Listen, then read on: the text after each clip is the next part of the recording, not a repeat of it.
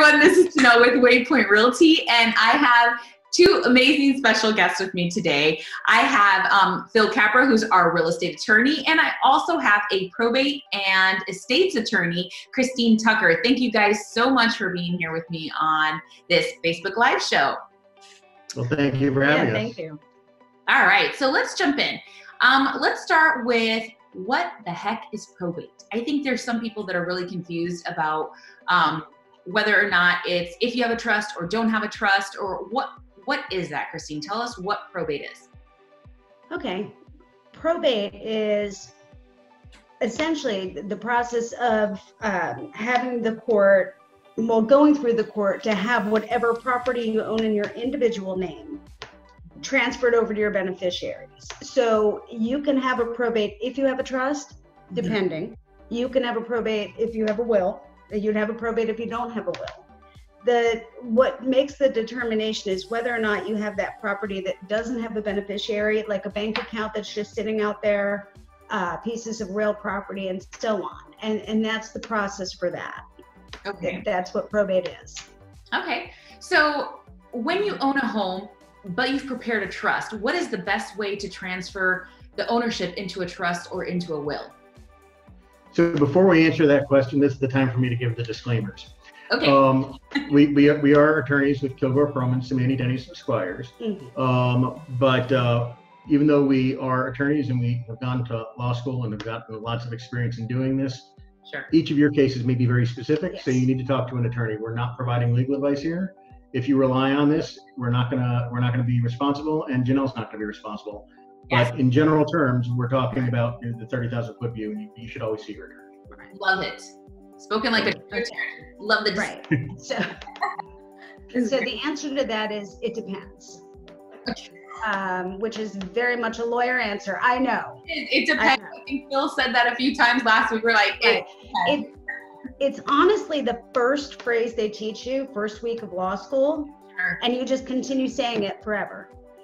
No, it depends. It depends on what the situation is. And, you know, I say that because Florida is very specific with regard to the rules for the homestead. And you can't really do anything with it if you have a spouse or a minor child. okay. And that's Florida Constitution. So it does depend on whether or not putting it in a trust would be the best option, whether or not allowing it to go through probate. There's reasons that you may want it to. It really does depend. And that's where, with Phil saying it's very specific. Yeah. It is. Why would you want something to go through probate if you have a will in place? Well, now let me make sure that I made this clear. If you have a will, you still have a probate. Okay. Okay. No matter what, if you own something in your individual name, you'll have a probate. Okay. Okay.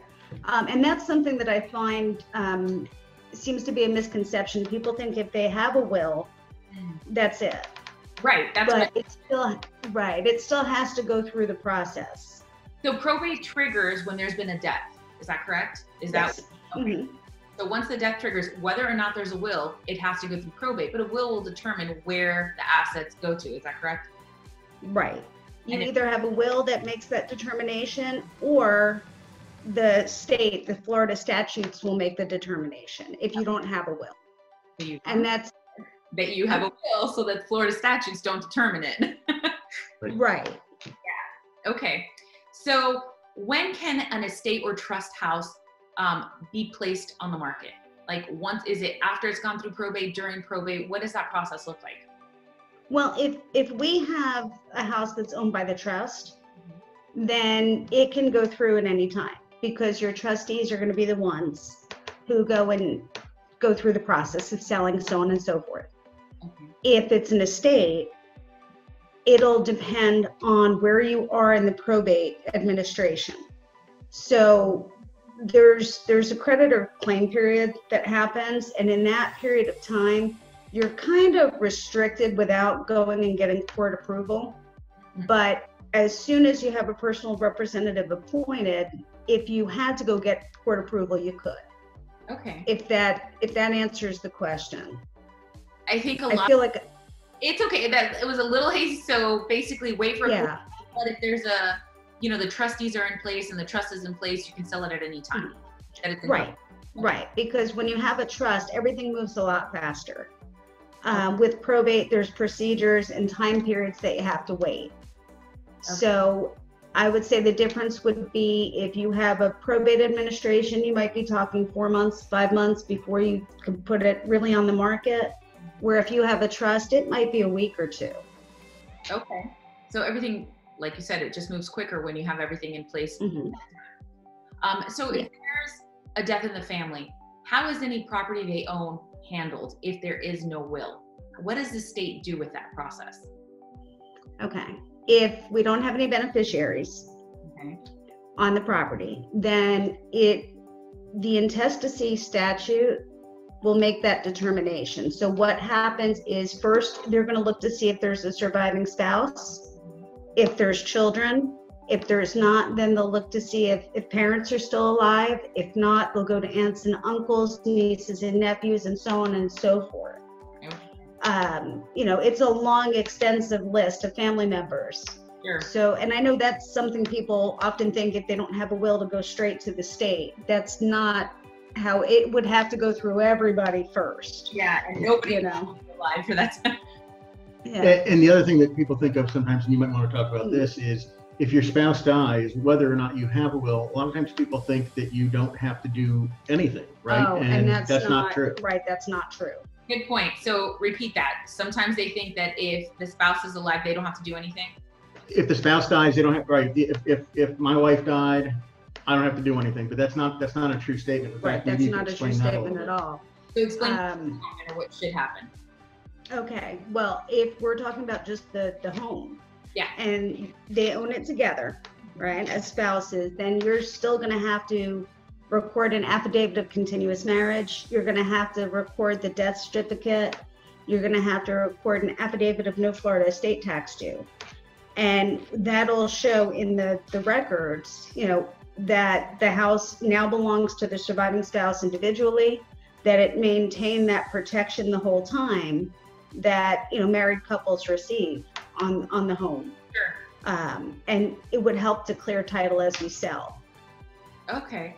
Is there still an exemption, or I guess the exemption would get cut in half, is that right? Once there's a spouse that's deceased for the Florida homestead exemption?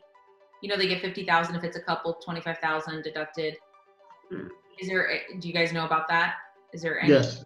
They continue? But the property exemption, I think, remains in place because it's not based, it's if you have a homestead, the homestead's $50,000. Right. If you have two people on the property, one of whom it's the homestead and one of whom it is not, that's when they start prorating out the portions, is my understanding of that. Okay. That was just a side question. I was actually just curious about that. Now, so talk about trustee deeds. I know this was something that we mentioned last week, but not in detail. We were kind of saving it for this. What are the trustee deeds? What does that look like? A trustee deed? The trustee deed is essentially just a deed that the trust owns the property, if that makes sense. I'm not sure. I mean, it's okay. The primary difference, this is kind of where our practices blend a little bit. The trustee's deed is, do you remember last week we talked about the general warranty deed versus the special warranty deed? Correct. That's when you mentioned. And the special was limited only as to the one person who you were selling it to, whereas a general was to everybody in the world. A trustee's deed is a document that's signed by the trustee because it's not really owned by the trustee, it's owned by the trust. Okay. And it's limited though in claims based off of who it's being sold to typically, and it's based off of the knowledge of the trustee. So it's a little more limiting than the blanket carte blanche deeds we talked about last week. Okay, and you mentioned something interesting. When do your guys' field of practice actually cross over? Because I feel like probate has so much to do with the assets, which have to do with a lot of real property. And I know you exclusively, Phil, do real estate. So when does that kind of mold, or when do you guys work together? Well, I can give you actually an example. We have we recently had a client that had a spouse that passed. It was a Ladybird deed, and we'll get to that before the end of the day. And so the property appraiser didn't have the right people listed on the property. And after one of the two spouses passed, there started being some claims to the land that were not necessarily appropriate. And so that gets involved with the property appraiser and the land records, and they deal with, I'm the dirt lawyer. I'm the death lawyer.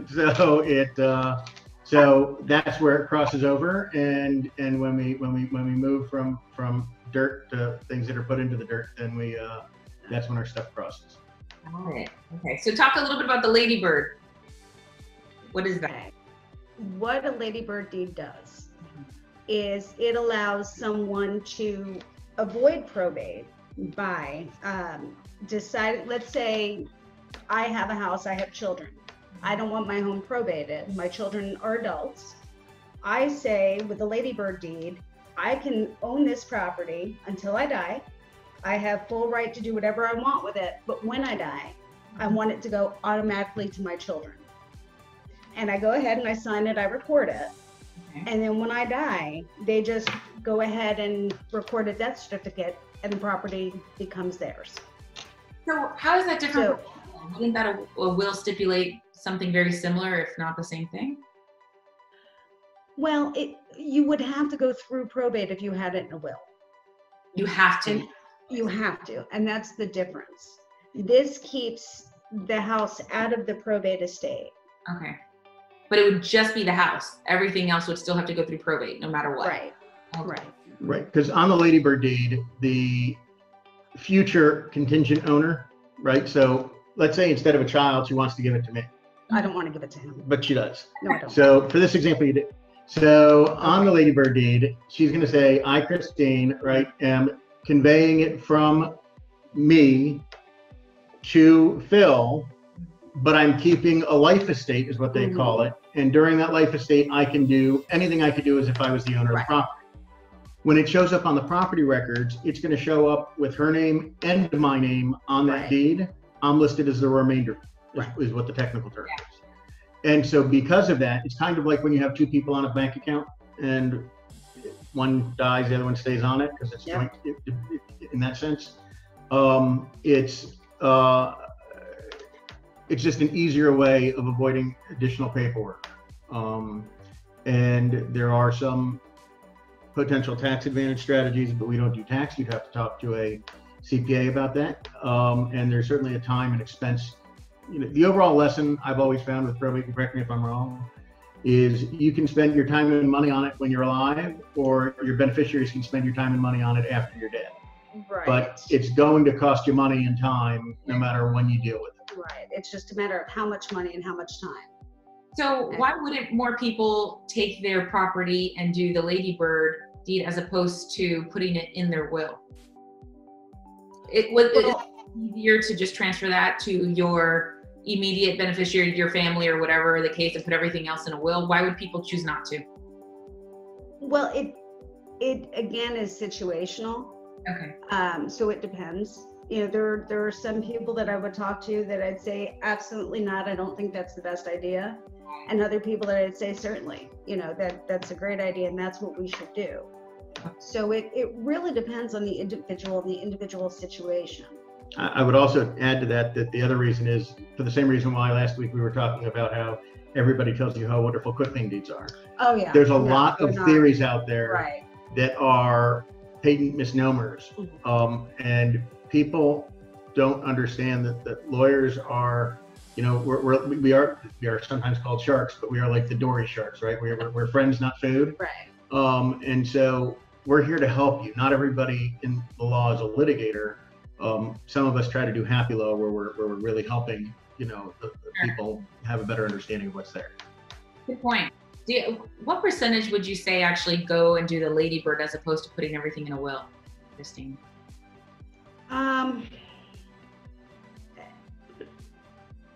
It really depends. I don't have a percentage I could give you. Okay. I was just curious how common that was. It's a little bit more common with older individuals than with younger individuals. And like I said, it really is situational.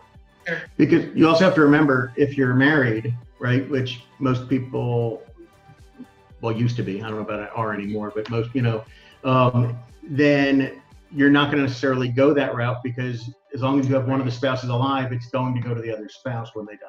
Right. That makes sense. So, it's kind of a moving target. Yeah. Yeah. So, I mean, I've noticed two things with attorneys. It's situational and it depends. Those are really good responses for 99% of what It's situational is what they teach us the second week of law school.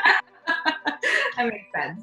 That's awesome. Okay. So, this is one of the biggest takeaways I guess I want, especially for our clients, but how should homeowners protect themselves or the loved ones if they should pass? And what is the best way to protect children and keep homes out of probate?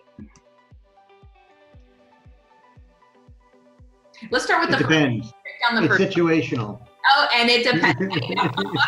Okay, so let's start with, how should homeowners protect themselves or loved ones if they should pass? What do you guys recommend? What would you guys do? What do you guys do as attorneys who see this every day? I know it depends. What do you recommend?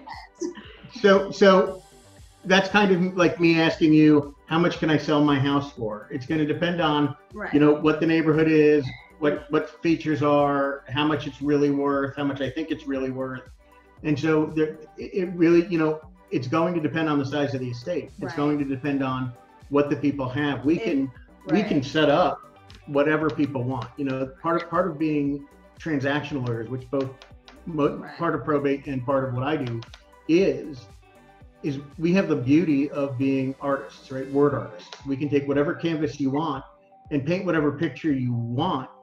The question is, will it hold up, and is it worth the cost to get to that point? So it may not be worth it. She can set you up with a $10,000 estate plan, but if you only have $5,000 worth of stuff, it's not going to be a great idea. Right. And I think if we're going to look at what the most important thing to protect family with is, especially when we have minor children, and people, I get calls all the time where people say it's just a very, very simple plan. We don't have anything really. And when they start writing down the list of things they have, you end up having things you don't realize you have. And one of the biggest things that's most important, especially when you have children, is you don't want a situation where everything is going to go to these children, especially minors, and you're going to trigger a guardianship. So ways to avoid that is seeing someone to do your estate plan.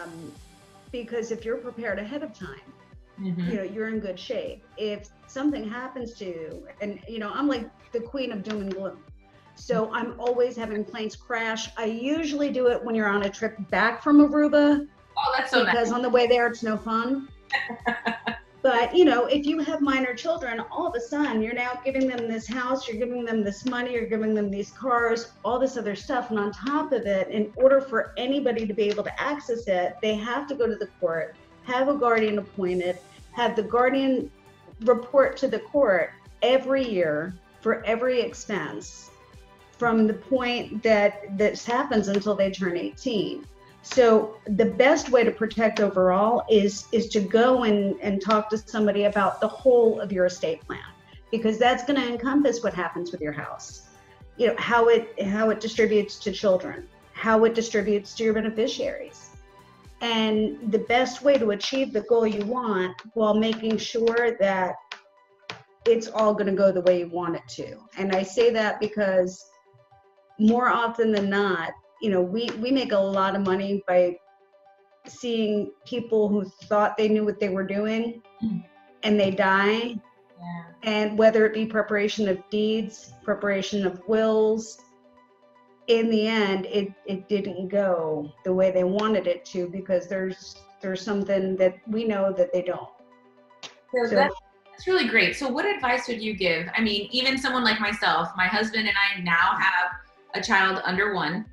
And so guilty, but we put together a will, like one of the ones you can get online, and you just get it notarized and seal and all that stuff. But what would you guys recommend? Because now it's serious. We, if we own more than property, there's all of these other assets that we have as well. What would you recommend? Because young couples don't think about this.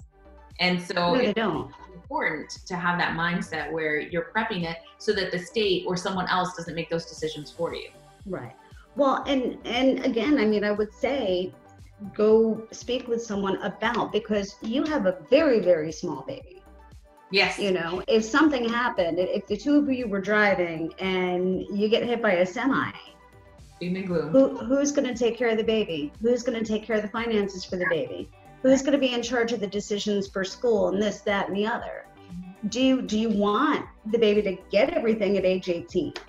When now you're talking about properties and probably life insurance and retirement, because an 18-year-old's priorities are way different than a 28-year-old's priorities. Sure. So, you know, those are things to think about. And another thing that I think people don't necessarily realize is just because you're married doesn't mean that you can act on behalf of the other. Right. So when we're talking about estate planning, it's your power of attorney and all your medical documents and your will and possibly a trust and all these other things. It really is a larger whole. So that's the best protection. And with that, like, one of the things I wanted to make sure we covered is we also do as ancillary documents, a durable, you know, the durable power of attorney. We also do a designation of a healthcare certificate. Right. So you end up in the hospital and you're not in a position where you can make decisions. Yeah. You nominate somebody to make those decisions for you. Normally, right, a lot of times people want that to be their spouse. But when we sit down and talk to people, I don't know, in the past when I've worked on estate planning, a lot of times we find that the spouses are not going to necessarily be comfortable with making the decisions. It depends. Right. It really depends on the couple. It really, I know. I'm sorry. So like in my case, my wife said she would keep me on the machine forever. So I offered to have my ex-wife be my healthcare surrogate because I know she just. I already made a deal with her, and I'm just going to trip over the book. Perfect. So we have those kinds of circumstances that come up, and you have to be able to navigate them. And obviously, this is a perfect example of taking something that's really serious and making it a little bit more easy to swallow. Nobody wants to think about their death. No one does. But estate planning intakes are literally going down the line and killing off everybody you've ever cared about. I really do. It's because we have to. That's part of what we did. But you know, people don't realize you can't, once your child turns 18. That's another thing. You know, right now we don't have to worry about kids going off to college in the fall as much. But if the universities open back up again for on campus, once that child's 18, you can't, you know, you have no authority to make any decisions, get any information at all whatsoever. You know, so that's where some of the ancillary, the power of attorney, the healthcare surrogate, all of those other things for, you know, an 18-year-old could come to play. Sure. You know, with spouses, you can't do, I mean, I received so many calls, and it's so sad, where someone just had a stroke and they call up and they say, I need a power of attorney for my spouse because I just found out I can't, and it's too late now. I can't do anything for you. Okay. So I guess the best takeaway here is be prepared, talk to a probate attorney, real estate attorney, get all of this squared away beforehand so that it's not too late on the back end. The best way to protect your family is to make sure you get things in writing and done ahead of time.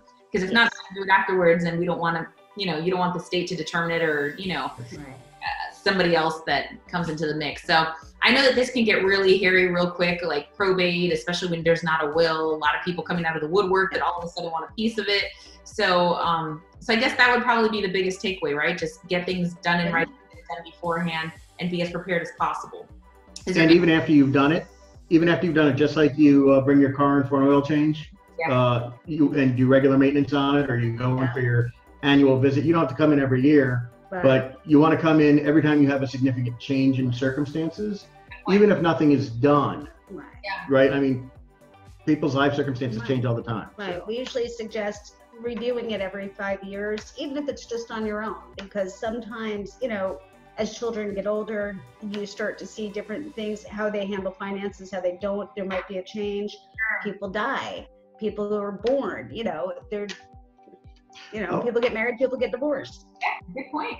And I would also tell people, whatever, because I don't know if they still really do this very much anymore, but back when I was a young lawyer many, many moons ago, people would put their wills, thank you, many years, thank you.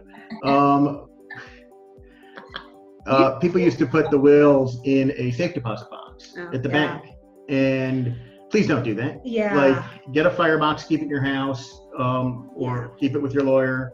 But when you put it in a safe deposit box, here's what happens. The paperwork that's in the safe deposit box is what gives people the authority to get into the safe deposit box.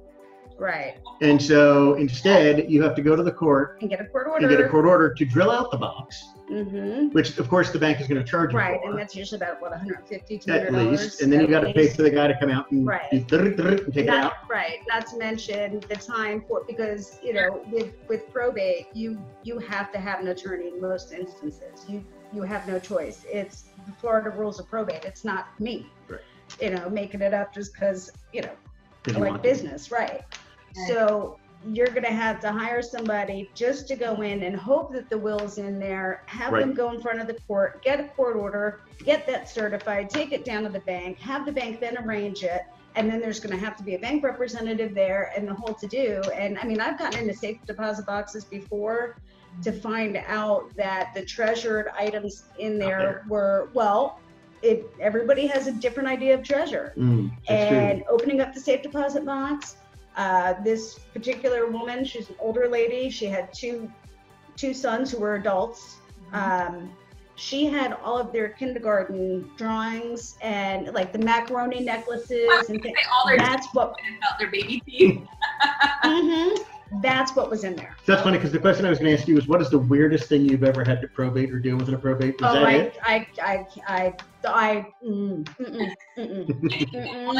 it? Give us one weird thing.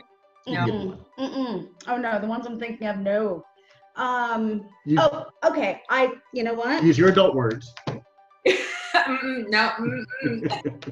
I once had to store someone's ashes in my office. For how long?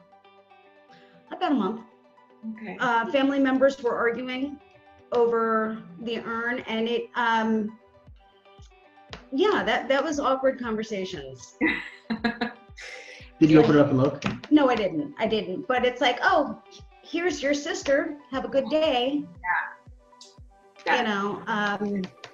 So that's sometimes a it's mild awkward. one. Sometimes it's awkward. Sometimes it is. I don't want a mild one. What's the oddest thing I you've had to probate? No. I'm trying for you, Janelle. Are you talking about situational? Here's what I'll say, okay? Whenever I'm doing anything in the house, I make sure it looks like I'm doing it on purpose. And I mean it, because if I die doing that, someone's gonna find me and they're really gonna wonder what's going on. I don't know if you've seen her. What has happened? Okay, on that note. So, just whenever you're doing things around the house, you're on that ladder, take a look at what you're wearing, look around, be like, okay. Good point. You never know. You're saying appreciate every moment like it's your last? Kind of. Okay. Yeah, that's really good advice. Okay, so Kristine, Phil, once again, I want to thank you guys for joining us on this part 2 series where we talk about the probate and stuff. Now, for anybody watching out there, please feel free to contact them for any additional information regarding real estate attorney, real estate law, or probate and estate stuff. If you own a home, I think it's really important that you talk to a probate and estate attorney to make sure you get things squared away. You don't want to leave things loose-ended or allow the government essentially to make the decisions for you. So Kristine and Phil, can you guys give us the best contact number for your office? It's 407-425-1020. And when you call and ask for either Kristine or myself, please let us know that Janelle sent you. Yeah. She doesn't get a commission, she doesn't get gift cards, but we like to know so we can say thank you. Yes. And that's the best way to let us know. Absolutely. And I appreciate you guys taking the time to give your expert opinion and the 2 most popular answers. It depends, and it's case by case basis. I understand that things really are in real estate the same way. I can't tell you how much your house is worth unless I find out, the age of the home and all of the different things. There's a lot of questions involved. But I do appreciate your time, and I do think it's really important for people to understand the importance of getting things squared away and prepared beforehand. So thank you guys for your time. And if you guys have any questions, you guys know where to reach us. Thank you so much for watching this episode at Waypointe Realty Live.